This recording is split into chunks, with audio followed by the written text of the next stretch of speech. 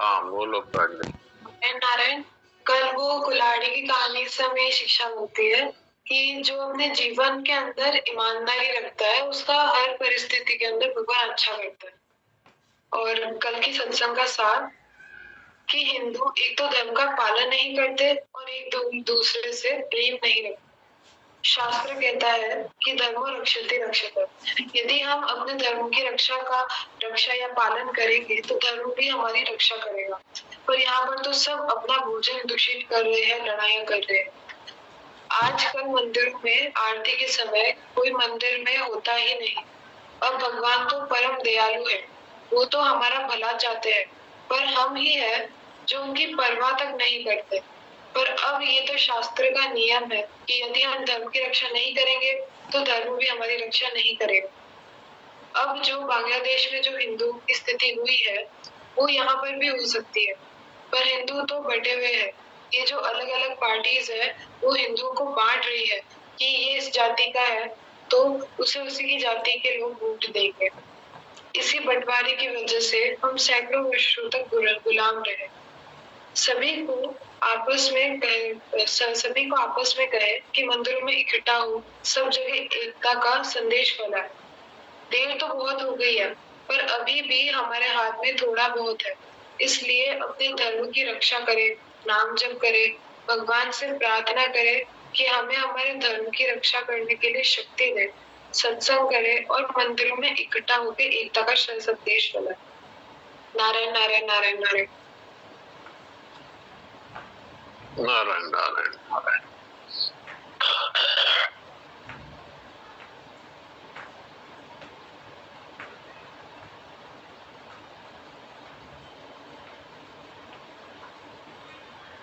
अच्छा,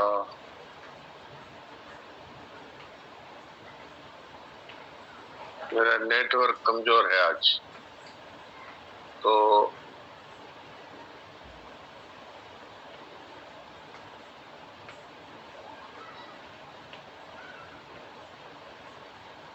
मैं देवकी जी को कोर्स बना देता हूँ और रामनारायण जी से कहता हूँ फिर वो कुछ कथा सुनाए। देवकी जी भी दिख नहीं रहे आज, तो जयेश भाई को कोर्स बना देता हूँ।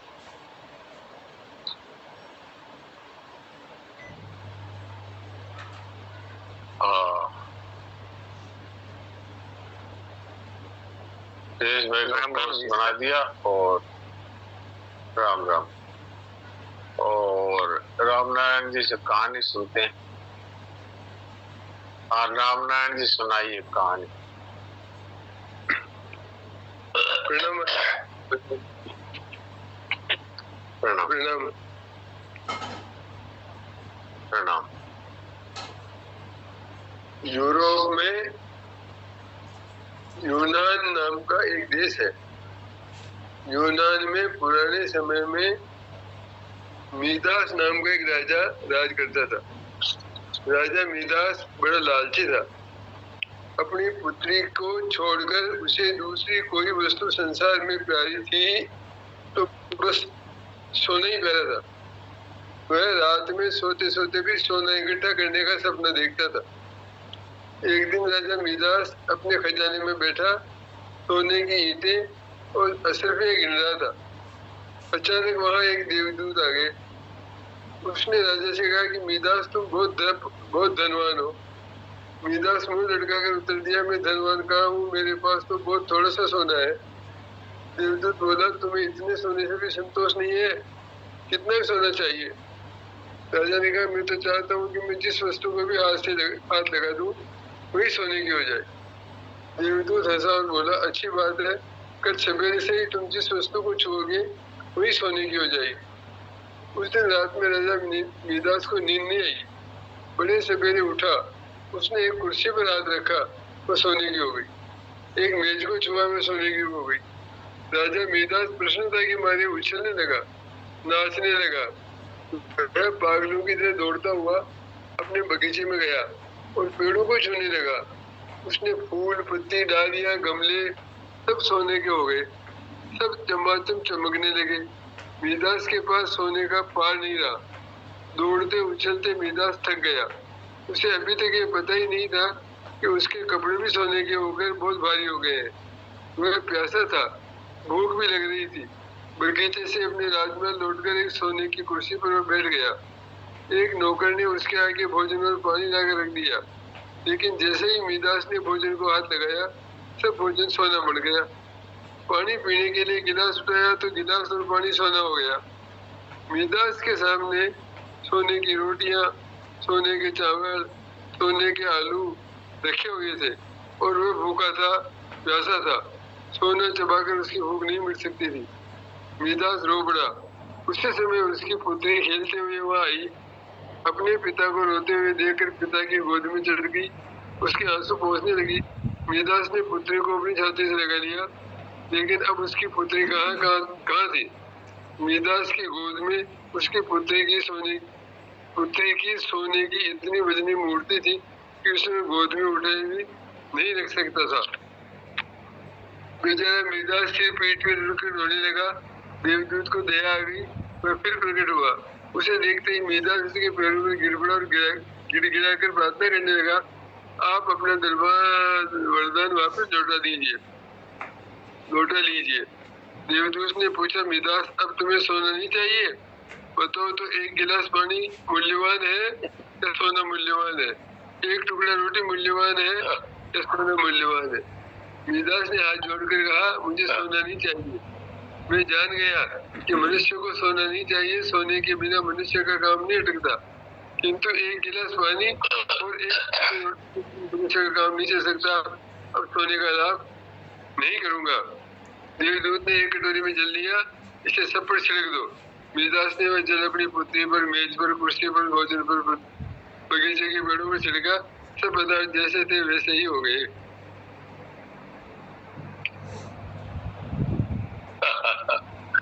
ये बात है, लालच पूरी बला। संसार की कितनी भी वस्तुएं मिल जाए, मनुष्य का काम तो चलेगा भगवान।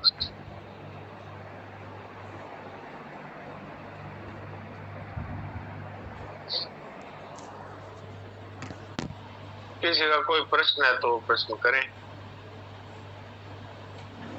नहीं तो फिर जयेश भाई से बात करते।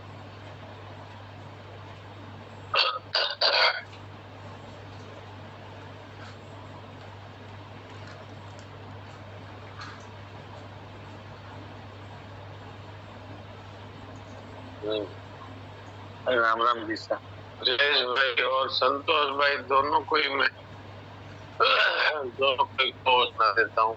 दोनों ही कोई बात समझ में आए तो बताइए। देवकी जी भी जुड़ गए जी साहब। अच्छा, देवकी जी जुड़ गए क्या? अनम्यूट कर दिया उनको। अच्छा, अपने साधन निधि पढ़ रहे थे और जीवन को अभी प्रभु के लिए उपयोगी है। तीसरा पाठ था परिचय में, पुस्तक परिचय।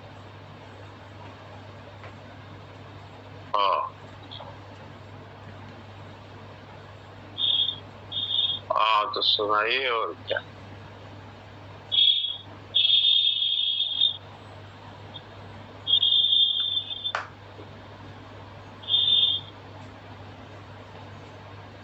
हाँ देवकी जी, हाँ नारायण, आपके पास साधन हिंदी हो तो पढ़िए।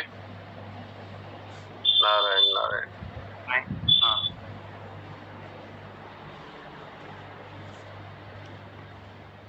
पढ़िए। हाँ, तो आज जीवन प्रभु के लिए उपयोगी। हाँ, जीवन प्रभु के लिए उपयोगी कैसे हो, इस पे बात करें। उसमें 3 बातें थी। सुने हुए प्रभु की सत्ता स्वीकार करना, श्रद्धा एवं विश्वास करना, आत्मीयता स्वीकार करना। हाँ 3 बातें हैं ये। हाँ सुने हुए प्रभु की सत्ता। हाँ, तो 3 बातें हैं, इनमें पहली है सुने हुए प्रभु की सत्ता स्वीकार करना।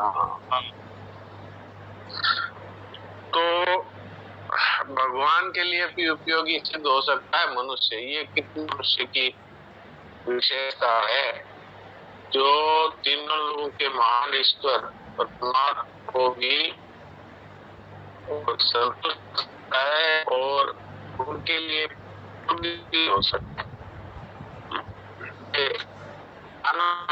ये योग्यता है भगवान की दी हुई।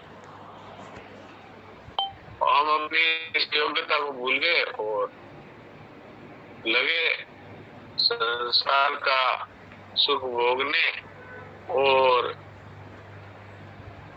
संसार के लोगों को संतुष्ट करने में लगे।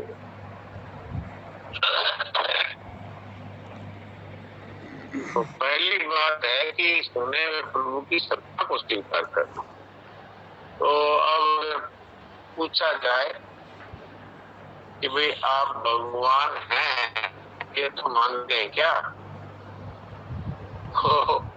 मैं तो अभी 2-3 दिन ऐसे व्यक्ति से मिला तो बड़ा आश्चर्य मुझे हुआ। मैंने उनसे कहा कि भाई मनुष्य को पैसा इकट्ठा करना है तो इसको ऐसे कार्य के नई कोशिश करनी चाहिए तो उचित हो, अनुचित के द्वारा इकट्ठा नहीं करना चाहिए।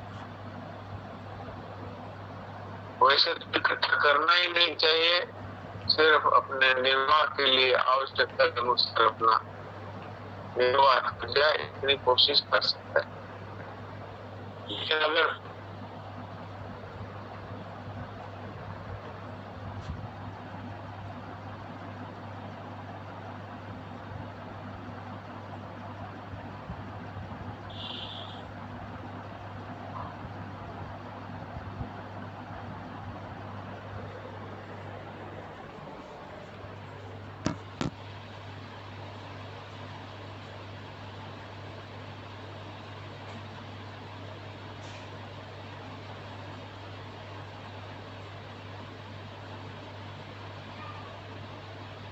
करना हमारे हाथ में तो नहीं है, लेकिन फिर भी कोशिश करके अभी उसको ये बात तो समझ में आनी चाहिए कि मैं ऐसे कार्य तो ना करूं कि जो नहीं करने चाहिए। तो वो सज्जन मुझे बोले कि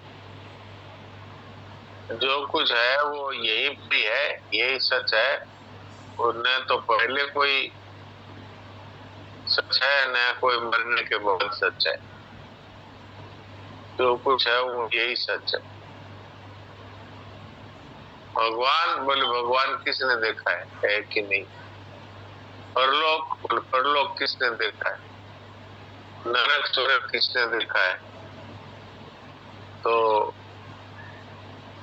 क्या है कि नहीं है? बोले कुछ नहीं है, बस जो कुछ है वो यही है। तो ये दशा है। तो यहाँ पर सनातन जी महाराज कहते हैं सुने हुए प्रभु में सत पर विश्वास करना या सुने हुए प्रभु में आस्था करना। आस्था का अर्थ होता है परमात्मा है, उनके अस्तित्व में विश्वास। मेरी आवाज आप लोगों को सुन रही हो तो मुझे आप सुन रही है, बता सकते हैं हाथ खड़ा करके। तो सुन रही है? अच्छा ठीक है, सुन रही है। तो सत्ता पे विश्वास का अर्थ क्या है? हाँ ठीक है, सत्ता पर विश्वास का अर्थ क्या है कि भगवान वास्तव में हैं, ये पक्का विश्वास हो। तब क्या है कि मनुष्य सही रास्ते चलेगा,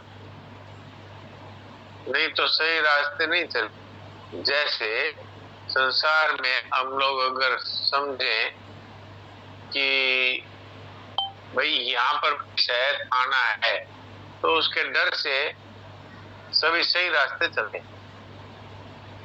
भाई अगर हम बदमाशी करेंगे तो पुलिस को खबर होगी, पुलिस को सूचना देंगे, पुलिस पकड़ के ले जाएगी, फिर जो है गिरफ्तार कर लेगी, उसके बाद मुकदमा चलेगा, दंड मिलेगा। तो इस डर से उससे सही रास्ते चलता है। परमात्मा का अगर किसी को अस्तित्व ही नहीं है ऐसा जिसने मान रखा है, वो फिर कौन सी रास्ते चलेगा? तो मैंने उनसे कहा कि भाई परमात्मा में कोई नहीं है, कोई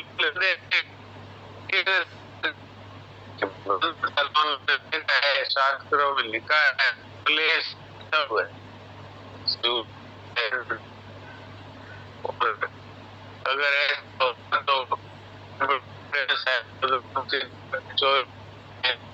टका डालते हैं और बुरे बुरे काम करते हैं, वो सब बोल कर रहे हैं, और जो सच पे चलने वाले वो दुख पा रहे हैं। भगवान होते तो कैसा, वो कोई उन्होंने सुख कि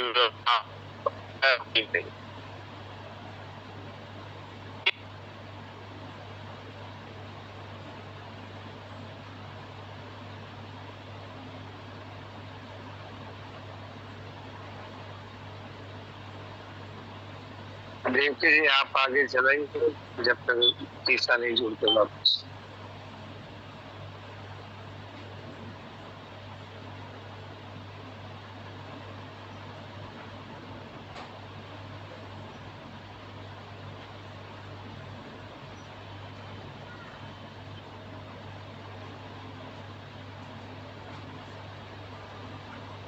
नारायण नारायण देवकी जी। हाँ जी। हाँ आप आगे कहिए। परमात्मा के अस्तित्व को जब मानने से प्रभु के लिए उपयोगी उस वही हो सकता है जो परमात्मा को सही रूप में मानता हो।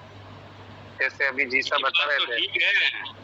अगर ऐसे ही भोग बुद्धि मानना है ना, संसार दो बातें हो संसार के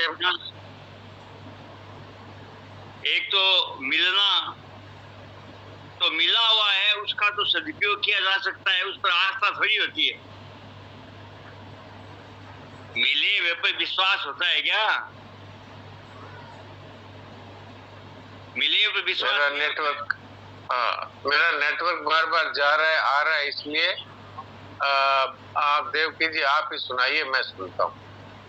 हाँ, ये क्या है कि मिले हुए का तो उपयोग ही हो सकता है, मिले हुए की आस्था तो हो नहीं सकती, मिले हुए पर विश्वास कैसे होगा? मिले हुए विश्वास कैसे हो सकता है? मिले हुए का सदुपयोग होगा। और जो देखा हुआ उस पर आस्था नहीं हो सकती। देखा हुआ है उस पर तो विचार हो सकता है कि ये ठीक है या करने लायक है या नहीं है। तो स्वामी जी कहते हैं कि जो सुना है उस पर ही विश्वास हो सकता है, इसके अलावा विश्वास हो ही नहीं सकता। सुनने में आस्था की जा सकती है, उस पर विचार नहीं किया जा सकता। अध्यात्म रामायण में रामचंद्र जी कहते हैं कि मैं तो आज्ञा पालन करने वाला हूँ, विचार करने वाला नहीं हूँ। माता पिता ने जैसा कर दिया वैसा ही है, चाहे सही हो चाहे गलत हो, ठीक है, मैं उस पर विचार नहीं करता। वैसे ही जो विश्वास है ना, प्रभु का विश्वास, सुने हुए प्रभु विश्वास, उसमें खाली विश्वास ही करना है, उस पर विचार नहीं करना है। विचार करने से तो फिर वो तो चला जाएगा ज्ञान मार्ग में, फिर वो क्या नाम है, उस पर टीका टिप्पणी होने लगेगी, ये ठीक है, ये बेठीक है, ये ऐसा है, ये ऐसा है, ये ऐसा है। विचार में तो फिर समस्या ही समस्या होगी। आस्था, केवल आस्था, विचार केवल कह दिया। पहले अपन में ऐसा था, दादू जी ने कह दिया ठीक है, साधु जी की कई भी बात पर हम विचार नहीं करते थे। आजकल क्या है कि हमने कुछ कह दिया तो कैसा कहा आपने,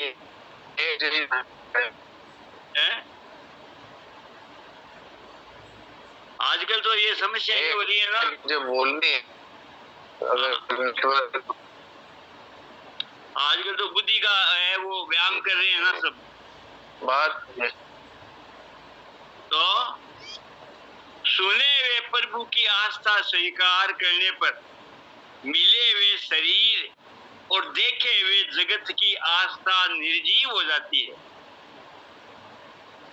मिले हुए शरीर और देखे हुए जगत की आस्था निर्जीव हो जाती है। स्वामी जी दिखाइए, सुने हुए प्रभु की आस्था स्वीकार करने पर मिले हुए शरीर, मिले हुए शरीर की जो विश्वास है वो निर्जीव हो जाता है। देखे हुए जगत की जो आस्था है वो भी निर्जीव हो जाती है, क्यों उसका महत्व नहीं रहता। फिर उनका तो सदुपयोग ही काम का है। कारण कि दो आस्था एक काल में जीवित नहीं रह सकती। दो आस्थाएं एक समय में, दो आस्था कैसे जीवित रह सकती है? केके जी ने कहा था दशरथ जी को, एक तरफ तो है वो कहते हैं प्राण जाए पर वचन न जाए, और दूसरी तरफ रोते हो, ये दोनों साथ ही चलेगा। स्वामी जी कहते थे ना, आटा है मुंह में ले ले फिर वो मतलब बोले, कैसे हो सकता है? सुने हुए प्रभु की आस्था स्वीकार करने पर मिले हुए शरीर और देखे हुए जगत की आस्था निर्जीव हो जाती है। कारण कि दो आस्थाएं एक काल में जीवित नहीं रह सकती। और प्रभु की महिमा को स्वीकार करने पर आस्तिक साधक में श्रद्धा स्वतः जागृत हो जाती है।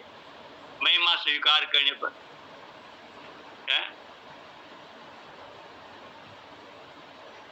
महिमा स्वीकार करने पर अपने आप जो भगवान है उसकी महिमा स्वीकार करती उनके प्रति श्रद्धा हो जाती है।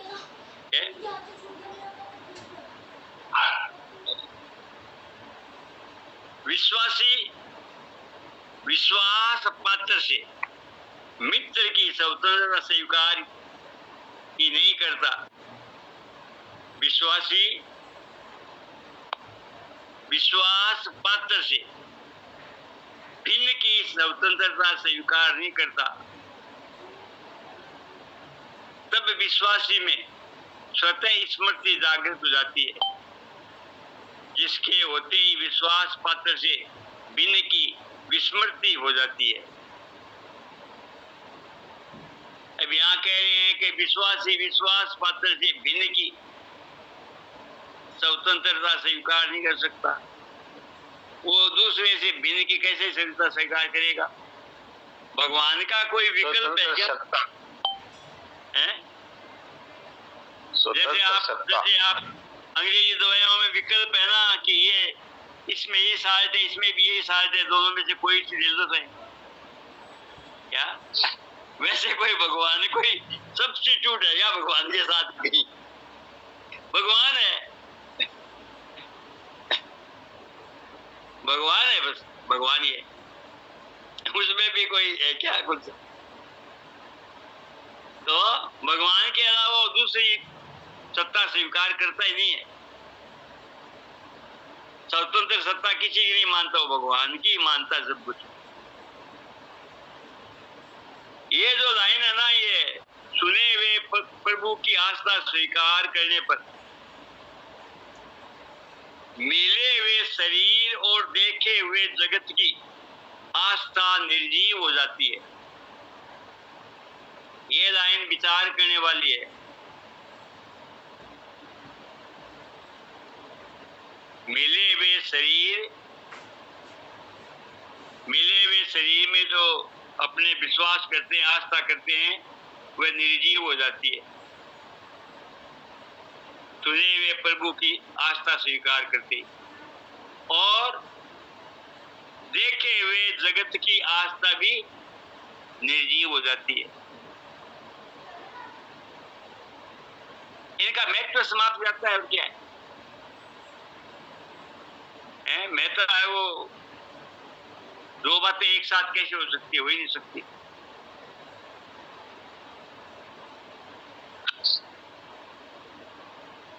इसलिए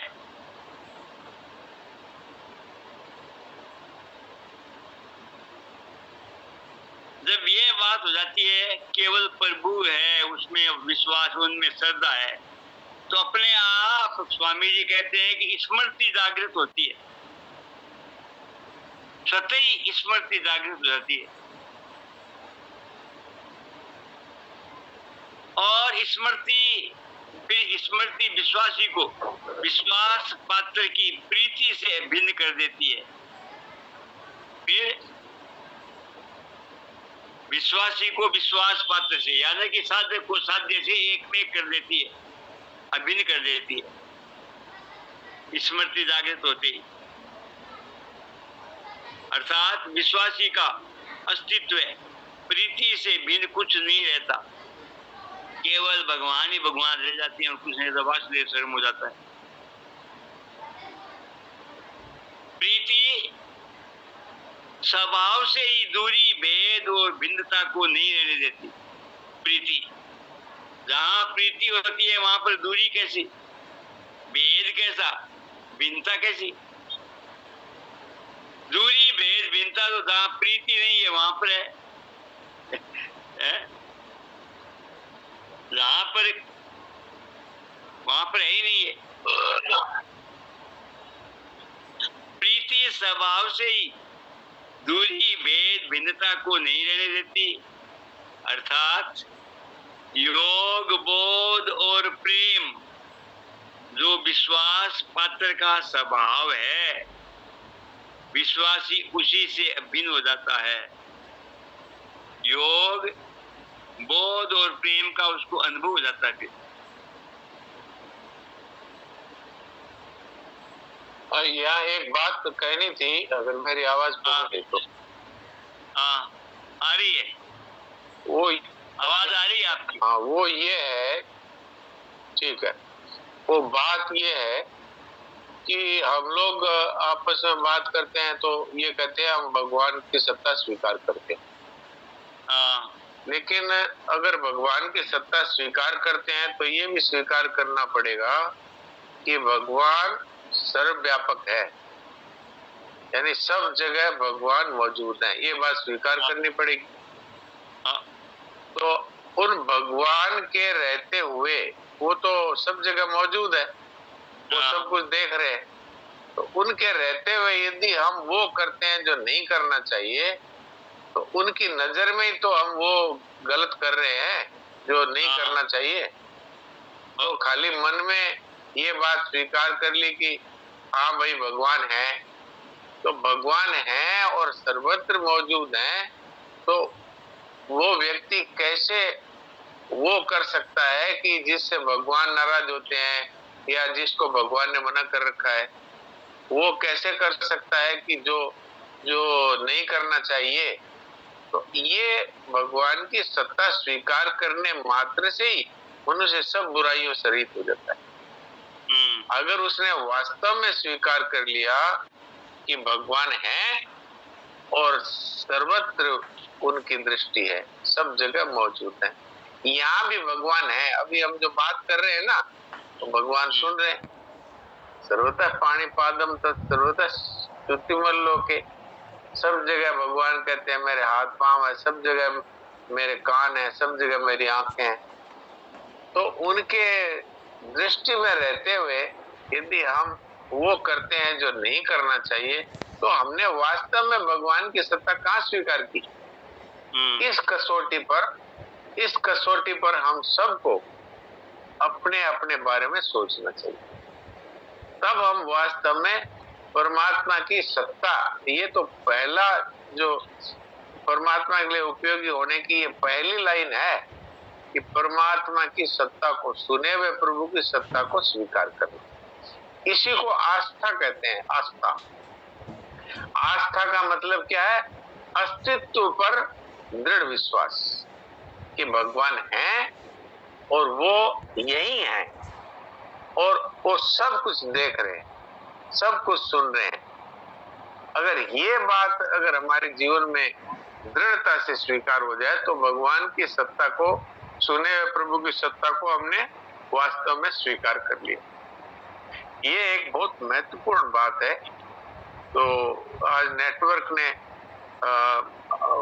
ऐसा व्यवस्था कर दी कि जिससे ठीक से बात मैं नहीं कह पाया, लेकिन अभी फिर एक बार से नेटवर्क ने कृपा करी है कि जो मेरे मन में एक बात ये आई थी कि भगवान की सत्ता स्वीकार हम सभी करते हैं, लेकिन क्या वास्तव में हम भगवान की सत्ता स्वीकार कर रहे हैं? इस पर हमको सबको विचार करना चाहिए। जी, अभी 1 मिनट के आसपास समय और है बोलने के लिए। जी,